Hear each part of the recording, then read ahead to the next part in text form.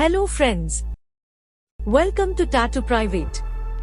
Today, in this video, I will show you how I have applied a cute little flower temporary tattoo on inner thighs. A cute little flower tattoo just applied on my inner thighs.